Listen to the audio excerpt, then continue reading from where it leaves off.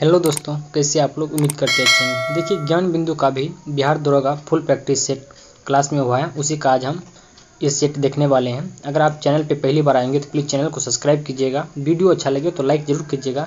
किसी प्रकार की दिक्कत है तो आप कमेंट में ज़रूर बताइएगा। अगर आप इस सेट का PDF लेना चाहते हैं तो आप हमारे टेलीग्राम ग्रुप को ज्वाइन कर लीजिए। PDF आपको वहाँ पर बिल्कुल मिल जाएगा। तो देखिए, चलिए हम इस सेट का पहला नंबर प्रश्न को देखते हैं। देखिए, पहला प्रश्न में दिया हुआ है, निम्नलिखित में से किस धातु का घनत्व निम्नतम होता है, यानी सबसे कम होता है। ऑप्शन ए में है पोटेशियम, उसके बाद है मैग्नीशियम, एल्युमिनियम और गोल्ड। तो इसका आंसर हो जाएगा आपको ऑप्शन नंबर ए हो जाएगा पोटेशियम। किसका कम होता है घनत्व? पोटेशियम का। अगला प्रश्न है, निम्नलिखित कथनों पर विचार कीजिए। पहला कथन में है AU, AG यानी PT तथा CU प्राकृतिक में स्वतंत्र अवस्था में पाए जाने वाले धातु हैं क्योंकि ये कम क्रियाशील हैं। ये क्या हो जाएगा? देखिए, ये कथन जो है आपको बिल्कुल सही हो जाएगा। अगला कथन है, इन पोटेशियम, सोडियम, कैल्शियम, मैग्नीशियम काफ़ी क्रियाशील हैं, अतः ये स्वतंत्र अवस्था में नहीं रह सकते हैं। ये भी कथन बिल्कुल सही है। नेक्स्ट प्रश्न है, नेक्स्ट कथन, मध्यम अभिक्रियाशील धातु जैसे एल्युमिनियम, जिंक, लोहा यानी PB में ऊपर पट्टी पर मुख्यतः ऑक्साइड, सल्फाइड अथवा कार्बोनेट के रूप में पाए जाते हैं। ये भी कथन सही है। इसका आंसर क्या होगा? ऑप्शन नंबर डी हो जाएगा। तीनों का तीनों कथन बिल्कुल सही दिया हुआ है। अगला प्रश्न देखते हैं, प्रश्न संख्या 3। खाद्य पदार्थ रखे जाने वाले कणस्तर पर टीन का लेप चढ़ाया जाता है, जस्ता का लेप नहीं, क्योंकि? इसका आंसर हो जाएगा आपको ऑप्शन नंबर सी, जस्ता टीन से अधिक क्रियाशील होता है, इसी कारण से। अगला प्रश्न है, जिस अयस्क में उसके कण उसमें उपस्थित अपद्रव्यों से भारी होते हैं उसे निम्नलिखित में से किस विधि से संदृत किया जाता है? इसका आंसर हो जाएगा आपको ऑप्शन नंबर बी, यानी कि गुरुत्व पृथक्करण के द्वारा। अगला प्रश्न है, प्रश्न संख्या 5। सोडियम बाइकार्बोनेट का इस्तेमाल किस रूप में किया जाता है? इसका आंसर हो जाएगा आपको ऑप्शन नंबर डी, यानी कि बेकिंग सोडा के रूप में, एंटासिड के रूप में, अग्निशामक यंत्र के रूप में, ये सभी के रूप में किया जाता है। अगला प्रश्न है, एल्यूमिनियम के विद्युत अपघटन में क्रायोलाइट इसलिए मिलाया जाता है क्योंकि हो जाएगा एल्यूमिनियम का गलनांक घटाने के लिए मिलाया जाता है। अगला प्रश्न है, प्रश्न संख्या 7। चूने का पत्थर यानी CaCO3 को गर्म करने पर प्राप्त होता है क्या? इसका आंसर हो जाएगा ऑप्शन नंबर ए, CaCO3 हो जाएगा। अगला प्रश्न है, शल्य चिकित्सा में टूटी हुई हड्डियों को बैठाने व जोड़ने में पट्टियों के रूप में किसका उपयोग किया जाता है? ये हो जाएगा आपको प्लास्टर ऑफ पेरिस का। किसका प्रयोग? प्लास्टर ऑफ पेरिस का प्रयोग किया जाता है। अगला प्रश्न, मानव शरीर में तांबा की मात्रा में वृद्धि होने पर कौन सा रोग होता है? इसका आंसर ऑप्शन नंबर बी हो जाएगा आपको विल्सन रोग। कौन सा? विल्सन रोग होता है। अगला प्रश्न, प्रश्न संख्या 10। संचायक बैटरी में निम्नलिखित में से कौन सा विद्युत का प्रयोग किया जाता है? इसके आंसर ऑप्शन नंबर बी हो जाएगा आपको सीसा हो जाएगा। कौन हो जाएगा? सीसा। अगला प्रश्न है, गेलना का रासायनिक नाम क्या है? गेलना का रासायनिक नाम क्या है? ये हो जाएगा लेड सल्फाइड हो जाएगा। क्या हो जाएगा? Lead sulphide. अगला प्रश्न है, मोबाइल फोन, लैपटॉप की रिचार्जेबल बैटरी बनाने में निम्नलिखित में से किस तत्व का उपयोग किया जाता है?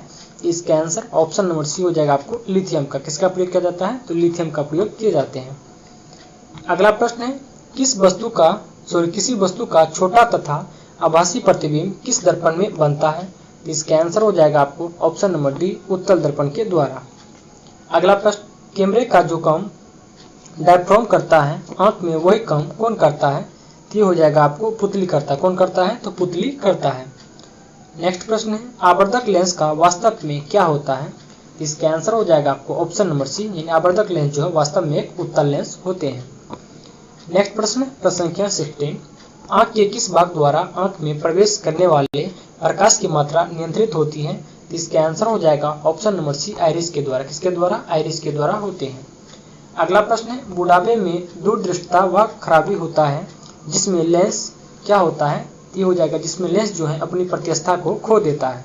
इसका आंसर ऑप्शन नंबर ए बिल्कुल करेक्ट हो जाएगा। नेक्स्ट प्रश्न है, निम्नलिखित में से कौन सी परिघटना यह निर्णय लेने में सहायता होती है कि प्रकाश एक अनुप्रस्थ तरंग है? ये हो जाएगा आपको ऑप्शन नंबर सी, यानी कि ध्रुवीकरण। कौन हो जाएगा? ध्रुवीकरण हो जाएगा। नेक्स्ट प्रश्न है 19 नंबर, प्रकाश का वेग सर्वप्रथम किसने ज्ञात किया था? इसका आंसर हो जाएगा आपको ऑप्शन नंबर सी, रोमर ने। किसने ज्ञात किया? रोमर ने। अगला प्रश्न है, माध्यम के तापमान में वृद्धि के साथ प्रकाश की गति क्या होती है? ये हो जाएगा आपको ऑप्शन नंबर सी, प्रकाश की गति वैसी की वैसी बनी रहती है, उसमें कोई परिवर्तन नहीं होता है। अगला प्रश्न है, निम्नलिखित में से किस प्रकार के गुणसूत्र की आकृति अंग्रेजी वर्णमाला के भी अक्षर के समान होते हैं? ये हो जाएगा आपको ऑप्शन नंबर सी, यानी कि मेटासेंट्रिक हो जाएगा। कौन? मेटासेंट्रिक। अगला प्रश्न है, एमआरएनए का निर्माण कहाँ होता है? ये हो जाएगा आपको ऑप्शन नंबर सी, केंद्रक में होता है। कहाँ होता है? केंद्रक में होता है एमआरएनए का निर्माण। अगला प्रश्न है, मेंडल के आनुवंशिकता नियम को किस वैज्ञानिक ने मान्यता दिलाई? ये हो जाएगा आपको ऑप्शन नंबर डी, यानी कि हग्रो डी ब्रिज, कार्ल कुरेंस और रेंके वान शेरवान, ये सभी ने मिलके।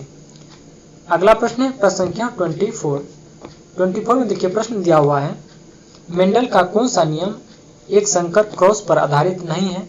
ये हो जाएगा आपको ऑप्शन नंबर डी, यानी कि स्वतंत्र विन्यास का नियम हो जाएगा। अगला प्रश्न, डीएनए बने होते हैं किसका? इसका आंसर ऑप्शन नंबर डी हो जाएगा आपको, यानी कि शर्करा के, नाइट्रोजन क्षार के, फास्फोरिक अम्ल, ये सभी के मिलके बने होते हैं। अगला प्रश्न है प्रश्न संख्या 26, आनुवंशिकी शब्द का सर्वप्रथम प्रयोग किसके द्वारा किया गया? इसका आंसर ऑप्शन नंबर बी हो जाएगा आपको, बेटसन के द्वारा। किसके द्वारा? बेटसन के द्वारा। अगला प्रश्न है, टर्नर्स लक्षण वाले क्रोमोसोम का विवरण क्या है? इसका आंसर ऑप्शन नंबर ए हो जाएगा आपको, 44A+XO हो जाएगा। अगला प्रश्न है, क्लाइन प्लेट्स लक्षण वाले क्रोमोसोम का विवरण क्या होगा? इसका आंसर ऑप्शन नंबर सी हो जाएगा, 44A+XXY हो जाएगा। नेक्स्ट प्रश्न है प्रश्न संख्या 29, डीएनए फिंगरप्रिंटिंग का प्रारंभिक विकास किसके द्वारा किया गया है? इसका आंसर ऑप्शन नंबर बी हो जाएगा आपको, एलेक जेफरीज के द्वारा किया गया। किसके द्वारा? Alec Jeffreys.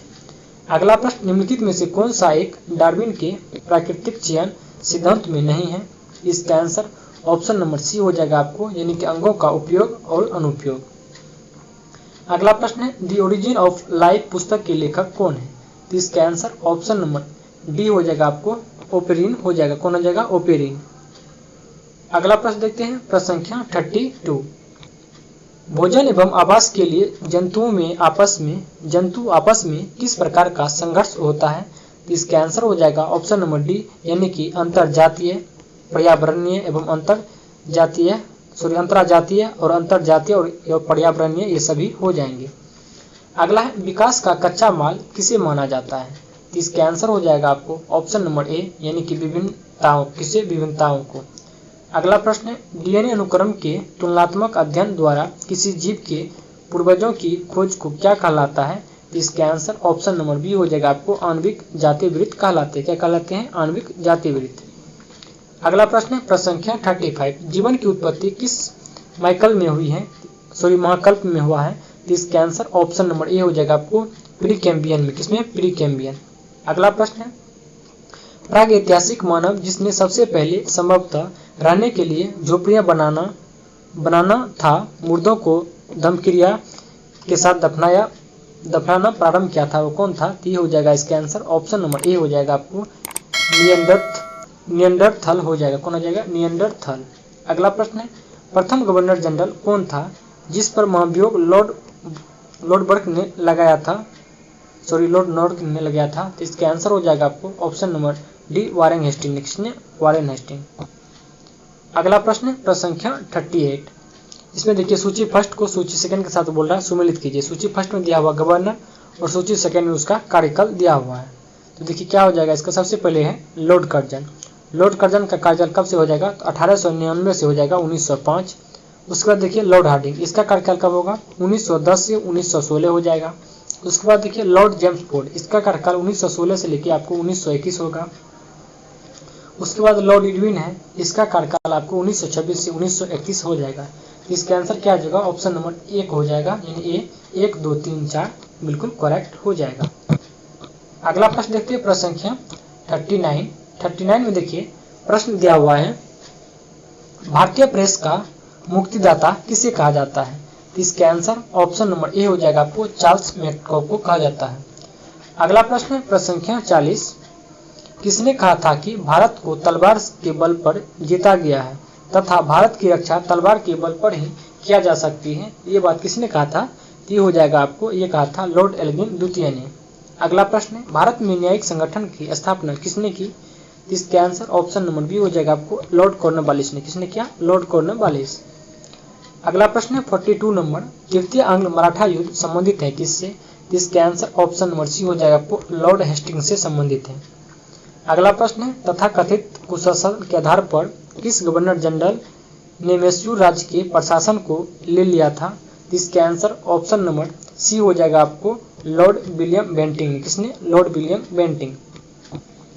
अगला प्रश्न है प्रश्न संख्या 44 नंबर, निम्नलिखित का सही कालानुक्रम क्या होगा? इसको बोल रहा है दर्शाने के लिए। इसका देखिए क्या हो जाएगा 44 नंबर का। सबसे पहले हो जाएगा आपको रॉबर्ट क्लाइव, उसके बाद हो जाएगा बेंसिटाट, उसके बाद क्या हो जाएगा कट्टी टेयर, उसके बाद वारेन हेस्टिंग। यानी इसका ऑप्शन नंबर बी बिल्कुल करेक्ट हो जाएगा। अगला प्रश्न है, सहायक संधि के संबंध में किसने कहा कि हमारी नीति और हमारे लक्ष्य भारतीय राज्यों को शून्य की स्थिति में पहुंचा दिया है? ये बात किसने कहा है? ये हो जाएगा आपको लॉर्ड ब्लेजली ने। किसने कहा? लॉर्ड ब्लेजली। अगला प्रश्न है प्रश्न संख्या 46 में देखिए एक तरफ सूची सेकेंड में घटना दिया हुआ, उसके बाद सूची सेकेंड में उसका अवधि दिया हुआ, यानी कौन सा घटना कब घटित हुआ है इसके बारे में बोल रहा है। सबसे पहले देखिए संगोली की संधि, ये कब हुआ है? ये हो जाएगा आपको 1816 ईस्वी में हुआ था। संगोली का संधि आपको हुआ 1816 ईस्वी में। उसके बाद है प्रथम आंग्ल बर्मा युद्ध, ये कब हुआ था? ये हो जाएगा 1824 से 26 ईस्वी के बीच हुआ।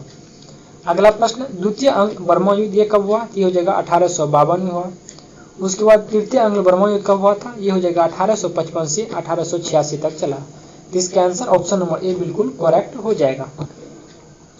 अगला प्रश्न है 47 नंबर, इसमें देखिए एक तरफ सूची फर्स्ट में गुरु का नाम है, दूसरे तरफ सूची सेकेंड में उपलब्धियां हैं, कौन से गुरु को कौन सी उपलब्धियां दिया गया है। सबसे पहला देखिए गुरु नानक है। गुरु नानक को कौन सा उपलब्धि दिया गया था? ये हो जाएगा आपको, इसे सिख धर्म के प्रवर्तक कहा जाता है। एक का क्या हो जाएगा? 2 हो जाएगा। उसके बाद देखिए अर्जुन देव, इसे कौन सा दिया? इसे स्वर्ण मंदिर की स्थापना इसने किया था, यानी 2 1 हो जाएगा। उसके बाद देखिए तेग बहादुर, इसको जो है औरंगजेब द्वारा फांसी पे दिया गया था। उसके बाद गोविंद सिंह, ये हो जाएगा खालसा सेना का संगठन क्या था। इसका आंसर आपको हो जाएगा ऑप्शन नंबर बी हो जाएगा, यानी कि 2 1 4 3 बिल्कुल करेक्ट हो जाएगा। अगला प्रश्न देखते हैं प्रश्न संख्या 48, तरन तारण नामक नगर की स्थापना करने वाले सिख गुरु कौन थे? इसका आंसर ऑप्शन नंबर ए हो जाएगा आपको, गुरु अर्जुन देव। कौन हो जाएगा? गुरु अर्जुन देव। अगला प्रश्न है, अंग्रेजों का संरक्षण प्राप्त बंगाल का प्रथम नवाब कौन था? इसका आंसर ऑप्शन नंबर बी हो जाएगा आपको, नजमुद्दौला हो जाएगा। कौन हो जाएगा? नजमुद्दौला। अगला प्रश्न है, मुर्शिद कुली जाफर खान को बंगाल में 1717 ईस्वी तथा उड़ीसा में 1719 ईस्वी की सूबेदारी किस मुगल बादशाह से मिली थी?